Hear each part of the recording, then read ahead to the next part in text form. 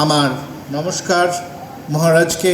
মহারাজের এত কর্মব্যস্ততা সত্ত্বেও উনি কিন্তু এই অনুষ্ঠানকে ফেলে দিতে পারেননি, চলে এসেছেন। উনি যে ইনস্টিটিউশনের অংশ, সেই ইনস্টিটিউশন রামকৃষ্ণ পরমহংসদেব এবং স্বামী বিবেকানন্দের ভাবধারায় উদ্বুদ্ধ। আপনারা জানেন যে রামকৃষ্ণ পরমহংসদেব বারবার একটা উদাহরণ দিতেন, সেটা হচ্ছে ধর্ম কি। ধর্ম হচ্ছে একটা পুকুরের মতো। সেই পুকুরে অনেকগুলো ঘাট আছে। কোনো ঘাট দিয়ে রাম জল তুলছে, কোনো ঘাট দিয়ে রহিম জল তুলছে, কোনো ঘাট দিয়ে খ্রিস্ট জল তুলছে। তার মানে পুকুরের জল কিন্তু এক, ঘাটগুলো আলাদা। আজকে সেই ধর্ম সম্মেলন, সেই ধর্ম সমন্বয়ের মিলন কিন্তু আবার পুনঃসূচিত হলো আজকের এই মঞ্চ থেকে। কাজী নজরুল ইসলাম তার নিজের জীবন দিয়ে, যেটা নিজের কর্মের মাধ্যমে যেটা প্রতিস্ফুট করে দিয়ে গেছেন। আপনি জানেন যে নিজের পারিবারিক জীবনে বিবাহ করেছিলেন প্রমীলা দেবীকে, এবং প্রমীলা দেবী ধর্মান্তরিত হননি। সুতরাং একই সময় উনি যখন এই মসজিদে ইমাম যখন আসতেন না বা ছুটিতে থাকতেন, ইমামের কাজ করতেন, আবার সঙ্গে সঙ্গে ছুটে গিয়ে শ্যামা পূজা করতেন। সেই কালী মন্দিরও আজকে আমি দেখলাম। এই যে জীবন, এবং তার পরবর্তীকালে তার নিজের কর্মকাণ্ডে, যেমন বিভিন্ন স্কুলে সমস্ত পড়াশোনা করার পর উনি চলে গেলেন ময়মনসিংহে। তখন ওনার বয়স কম। ময়মনসিংহ থেকে 1 বছরের মধ্যে ফেরত চলে এলেন। তখন অবিভক্ত বঙ্গদেশ। ফিরে এলেন, শিয়ালসো স্কুলে পড়াশোনা করছেন। রানীগঞ্জের শিয়ালসো স্কুলে প্রি টেস্ট পরীক্ষা দেবেন। এরকম সময় ওনার যে তেজ, ওনার যে উদ্দীপনা, তাকে টেনে নিয়ে গেল বেঙ্গলি পল্টনে জয়েন করার জন্য। তখন হাবিলদার হলেন, অর্থাৎ মিলিটারিতে জয়েন করলেন।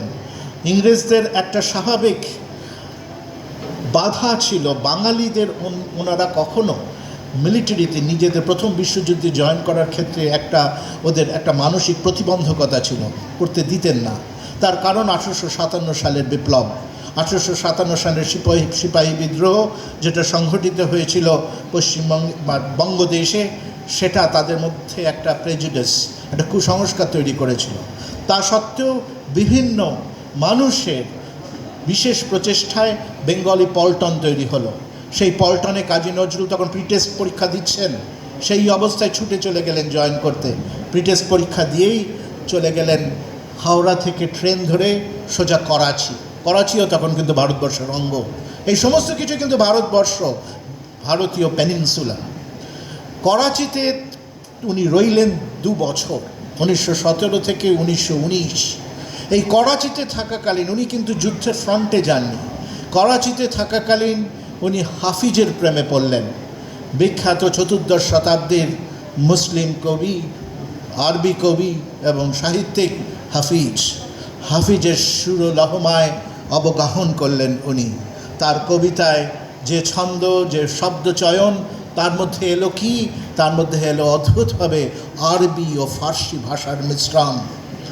যে দোলা, যে নৃত্য তার সমস্ত ছন্দে রয়েছে, তার সর্বপ্রথম ব্যবহার উনি শিখলেন এই 2 বছরে করাচিতে থাকাকালীন। তার আগে বাংলা সাহিত্যে মহিতলাল মজুমদার সেটা করে গেছেন, কিন্তু এক বাক্যে যখন এই কবিতাগুলো ছাপা হতে লাগলো তৎকালীন পত্রপত্রিকায়, তখন মহিতলাল পর্যন্ত কুর্নিশ করলেন, এই কোন কবি আমাকে ছাপিয়ে যে কবিতা লেখে, একই ভাষা, একই শব্দচয়ন, একই মূর্ছনা, একই পংক্তি বিন্যাস। তার পরবর্তীকালে উনি ফিরে এলেন 1920 সালে। কলকাতায় বিভিন্ন রকমের সাহিত্য আসর বসত। সেই রকমই একটা সাহিত্য আসর, আমি একাধিক জায়গায় এটা আমি বলি, সেই রকমই একটা সাহিত্য আসর বসেছে কলকাতার কর্নওয়ালি স্ট্রিটে। সেই কর্নওয়ালি স্ট্রিটে সেটা হচ্ছে গজেন্দ্রার আড্ডা, গজেন্দ্র ঘোষের আড্ডা। সেখানে তার জন্য অপেক্ষারত কবি সত্যেন্দ্রনাথ দত্ত। সত্যেন্দ্রনাথ দত্ত উসখুস করছেন, শরৎচন্দ্রের সাথে কথা বলছেন এবং উসখুস করছেন একজন মানুষের জন্য। শরৎচন্দ্র জিজ্ঞাসা করছেন, কার জন্য তুমি এরকম বিচলিত হয়ে উঠেছ আজকে? বলছেন যে এক্ষুনি তার প্রবেশ হবে। বলতে বলতে কাজীর প্রবেশ, কাজী নজরুলের প্রবেশ। সদ্য যুদ্ধ, প্রথম বিশ্বযুদ্ধ প্রত্যাগত, কাজী লম্বা লম্বা ঝাঁকড়া ঝাঁকড়া চুল, কী তেজ তার মধ্যে। উনি সাধারণভাবে নম্র ভদ্র, যেরকম ট্র্যাডিশনাল ওয়েতে আমরা চলাফেরা করি এরকম হবে না, সবসময় তার মধ্যে একটা হাওয়া, একটা বিপ্লব নিয়ে চলতেন। সেই রকম অবস্থায় প্রবেশ কাজী। গজেনবাবু তখন বলছেন, ওই তো এসে গেছে। গজেন্দ্র ঘোষ, সত্যেন দত্ত তখন বলছে, আমরা তো নগণ্য মানুষ, বিশ্বকবি তোমাকে স্মরণ করেছেন। বলছে, সে কি? বিশ্বকবি মানে আমাদের কবিগুরু। যে কবিগুরু আমাকে ডেকে বললেন, সত্যেন দত্তকে জিজ্ঞাসা করছেন, ডেকে বলেছেন যে তোরা তো অনেক কবিতা পড়ছিস, তোরা কি কাজী নজরুলের কবিতা পড়েছিস? 1920 সাল, 1917-18 সাল, সেই সময় কাজীর কবিতা, করাচিতে লেখা সমস্ত কবিতাগুলো প্রকাশ হচ্ছে, বিশ্ব কবির হাতে পড়ছে কবিতা। উনি উন্মাদনায় মেতে উঠছেন যে এই একজন কবিকে পাওয়া গেছে যে সত্যিকারের ট্র্যাডিশনাল বাঁধা গদ থেকে বেরিয়ে কবিতা লিখতে শিখেছে, সম্পূর্ণরূপে নিজের তেজে নিজের একটা ঘরানা তৈরি করে নিতে সচেষ্ট হচ্ছে। এই সেই কাজী নজরুল ইসলাম। উনি যদি সত্যি সত্যি যুদ্ধে যেতেন তাহলে হয়তো তার কবিতা লেখার ধরন অন্য কিছু হয়ে যেত, হয়তো তার কবিতা লেখা অন্য দিক পেত, অথবা হয়তো কবিতা লেখা তার স্তব্ধ হয়ে যেত। আমি এরকমও কবি দেখেছি যারা নিজেরা যুদ্ধে গিয়ে তাদের কবিতা স্তব্ধ হয়ে গেছে, ওই যুদ্ধের যে ভায়োলেন্স, যে হিংস্রতা, সেটা তাদের স্তব্ধ করে দিয়েছে।